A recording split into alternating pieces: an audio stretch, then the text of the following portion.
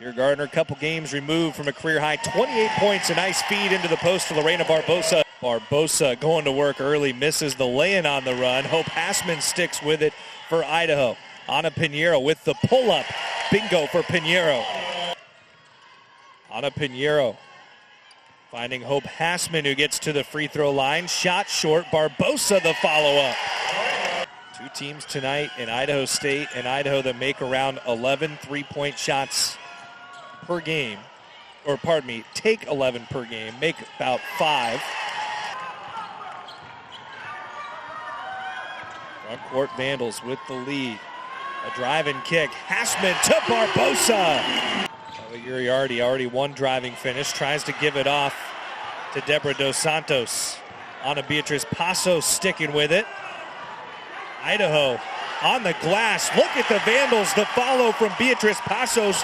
Lorena Barbosa now adds a steal to her ledger tonight. Bobbled out of the corner by Colin Conger. Goes inside, fouled. Count the basket. Ball in Kier Gardner's hands. 13 points per game this year for the Washington State transfer. Steps it back, straight on three. Beats the horn here in the first. He bested that last week with 28 against Montana.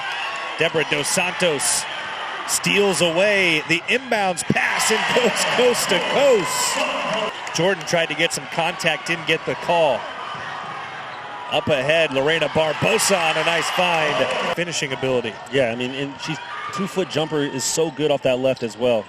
Oh, Hassman drains a triple for Idaho. 64 assists coming in, but needed Carlson to finish that basket. Barbosa pulls the trigger on another three. Kier Gardner on the follow for Idaho. Good job of staying strong, and then when the offensive player opens up, you use your hands quickly to swipe the ball. Dos Santos just 6 steals coming in tonight. He's able to elevate over the top and have such a high release. Great leaping ability for the 5'8 guard. Ella Uriardi bouncing. And in the break, she is so deadly. This is a chance for a good late half run for Idaho State. Kier Gardner, though, gets the shot. Able to swipe it from Aspen Caldwell.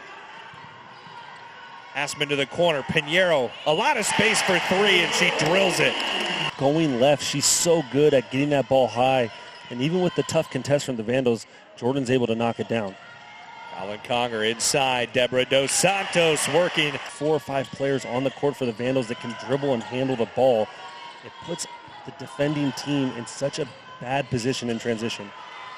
Out to Ana Beatriz Pasos. She does have good touch with her right and left hand hook. Vandals have 7 steals and 4 block shots tonight, and now they've made 7 threes just a few game minutes ago. Tasia Jordan lost the dribble. Ana Pinheiro there for it.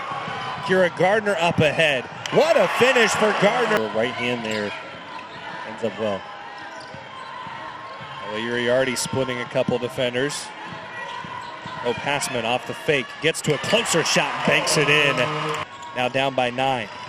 And set up a trap press, but Idaho set up a good counter to that. They get Ana Beatriz Pasos open for 3. Kier Gardner got it back quick. Idaho against the Idaho State press. Pinheiro with the catch near half court to Dos Santos.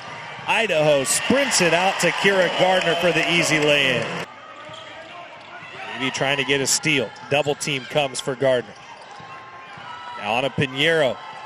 Over to the corner. Ella Uriardi swishes a tray. Well, Coach, we know that physicality can often be the difference maker in conference play. Tonight, you guys had 10 steals and 7 blocks. I mean, that level of physicality, how important is that moving forward in Big Sky play? Yeah, it's really important, especially playing against a team like Idaho State. You know, they're known for their physicality. Last year, they swept us. We didn't forget about that.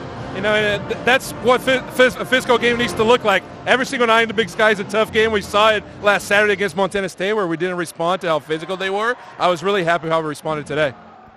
Well, you guys are one of the best rebounding teams in the country this season, facing off with an Idaho State team that has also been very dominant in terms of rebounding margin. Were you satisfied with what you saw in your team's ability to crash the glass in this one? I was. I felt like we allowed them to get way too many offensive rebounds. But in the second half, especially that third quarter, we kind of cleaned it up a little bit. We came out of the right mindset out of halftime. I don't know the stats, but I think we probably won the rebounding bet. I hope so. If not, it was pretty close, but I was happy with our effort on that end. We did win the rebounding battle. On another note, I mean, this game featured two teams that are typically pretty good at racking up assists, but you guys led by a significant margin in terms of assists in this game. Was there anything specific that you guys did in order to prevent Idaho State from moving the ball with efficiency? I think we did a good job of keeping them on one side of the floor. We tried to pressure once they got to their favorite side to keep them from going to the middle of the floor, and that disrupted their offense a little bit. And we were scrappy. I thought we were diving on loose balls. We tried to get every single 50-50 ball, and we kept them from getting to their favorite spots, and I felt like they felt that pressure. Congrats on the big win, Coach. Cool, thank you.